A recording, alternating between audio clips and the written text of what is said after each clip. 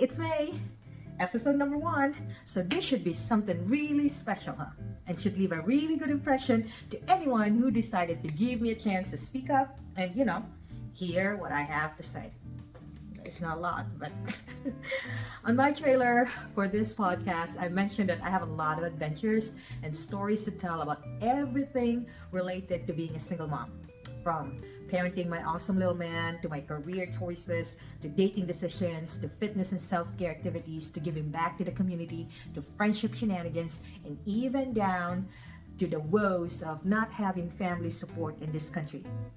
I also alluded to publishing a series of books that is all about single moms and the daunting and challenging world of online dating.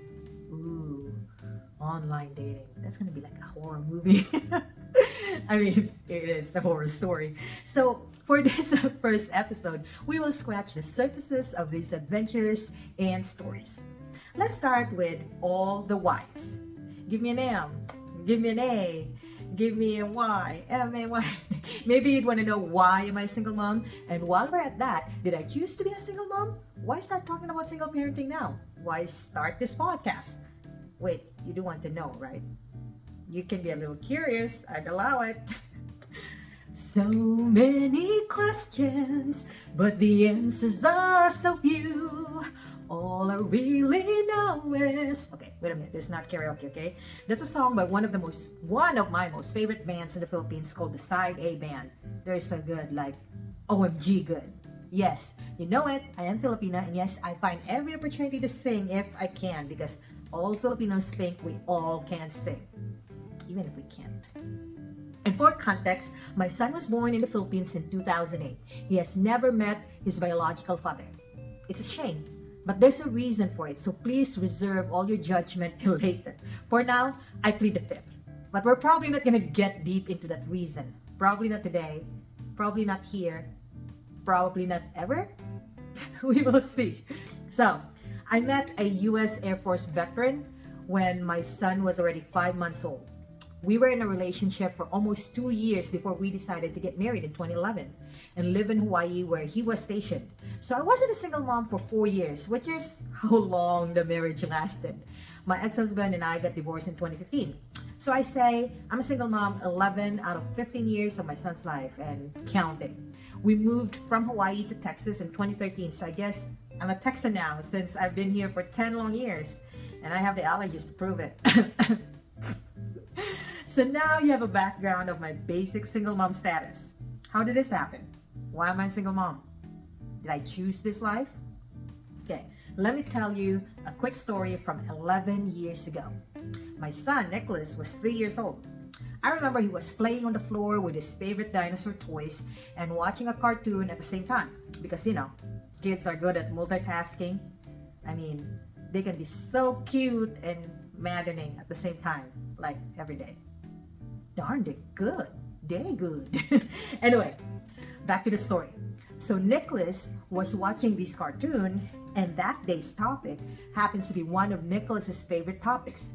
Maybe next to dinosaurs and being my baby. I mean, those were his top 2 topics for sure. Dinosaurs and discussing why mommy loves him so much.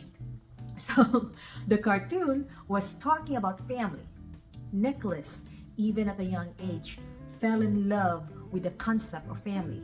He loves family so much, his sketchbooks were filled with drawings of mommy, daddy, and baby Nicholas enjoying something somewhere, or just lounging in the house, or maybe mommy and daddy being chased by a T-Rex. Yeah, he has those too. And Super Nicholas came to the rescue and slayed the monstrous dinosaur. You get the picture. Nicholas loves family and everything about it. So the cartoon was talking about how kids look like their parents. Like a kid could have their mom's eyes and have their dad's eyebrows. He was watching this so intently, then he turned around, looked at me and my ex-husband intently. We were sitting on the couch at this point. Then Nicholas said to my ex-husband, "Mark, you're not my daddy."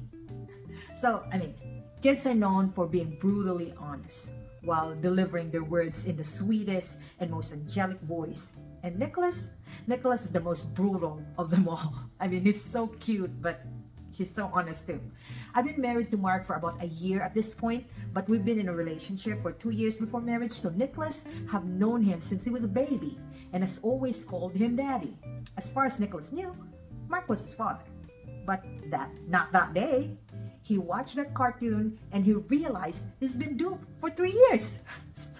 Sorry, I have to use that word. So going back to the story, I could hear the pain in Mark's voice when he responded and said, "But I am your dad. I'll always be your dad."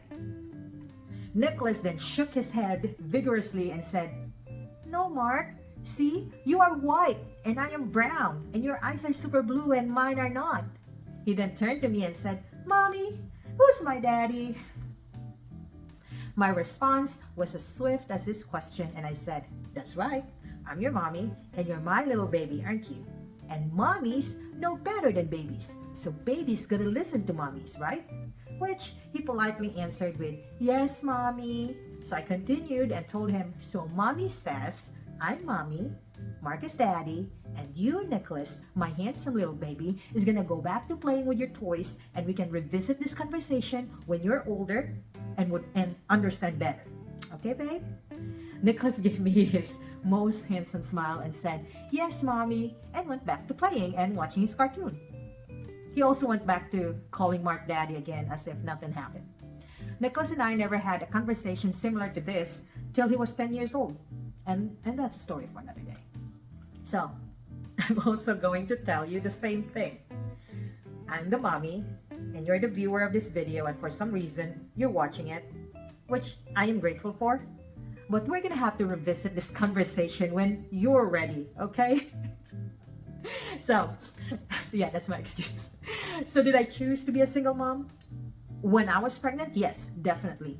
In my circumstance back then, it was the most logical, practical, and the most humane decision. It was the right choice. But did I want to be a single mom? Heck no. I grew up in a loving family. My parents are still together and still so in love after 44 years of marriage and put God in the center of their marriage. My sisters and I are blessed to have our parents, and I wanted nothing but the most loving family for my son. A mom and a dad. Like my son, I love the concept of family and would love to have one of my own. So while I did choose to be a single mom, this isn't what I wanted. It was just a better choice given the circumstances. I started this podcast because I wanted to share my story. It's not me trying to give excuses for living a single parenting life. Do you know that 70% of incarcerated juveniles come from a single mom household?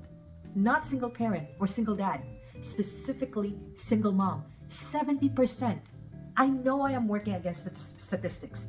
I know the perils of fatherless homes, and I know the wonderful beauty and blessings of having both parents at home. I know I'm a product of one. It pains me to raise my child without a father. But life threw me curveballs. But you know what? Instead of striking out, I hit a home run with the most loving, respectful, responsible, smart, strong, and handsome little man who is my forever love.